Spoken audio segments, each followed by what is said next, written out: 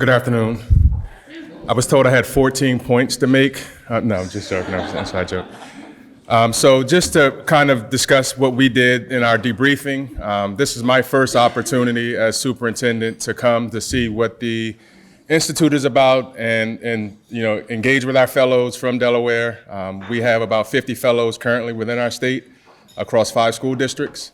And I think the beauty of it is truly that partnership that Eric just alluded to. So I do want to thank Eric and thank Trish from the University of Delaware who helped facilitate our DTI partnership and really having that support for a local initiative to do some of the groundwork. Now, while we had the opportunity to bring 5 fellows for national fellowship, having that local opportunity for our educators to really engage, to network, to collaborate on the units that they establish at a local level really allows us to expand the supports and the efficacy that I've been able to witness since being here. And I think that's the one thing that, as a superintendent, I'm going to take back to my district as I support Kathy and the other fellows within my district, is to really understand that this is so much about a retention strategy that I think we can use to really look at retention. We all know that teacher shortages and folks leaving the profession, unfortunately, at an alarming rate. But seeing the efficacy, seeing the energy, seeing the vibe that's been in this space since I've been here has been just affirming, just in really terms of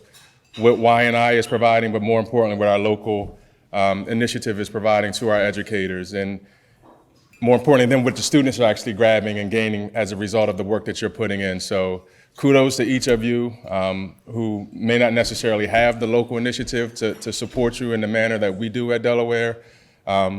But carrying forward this work is important work. And so as a superintendent, ultimately I'm the instructional leader of the district.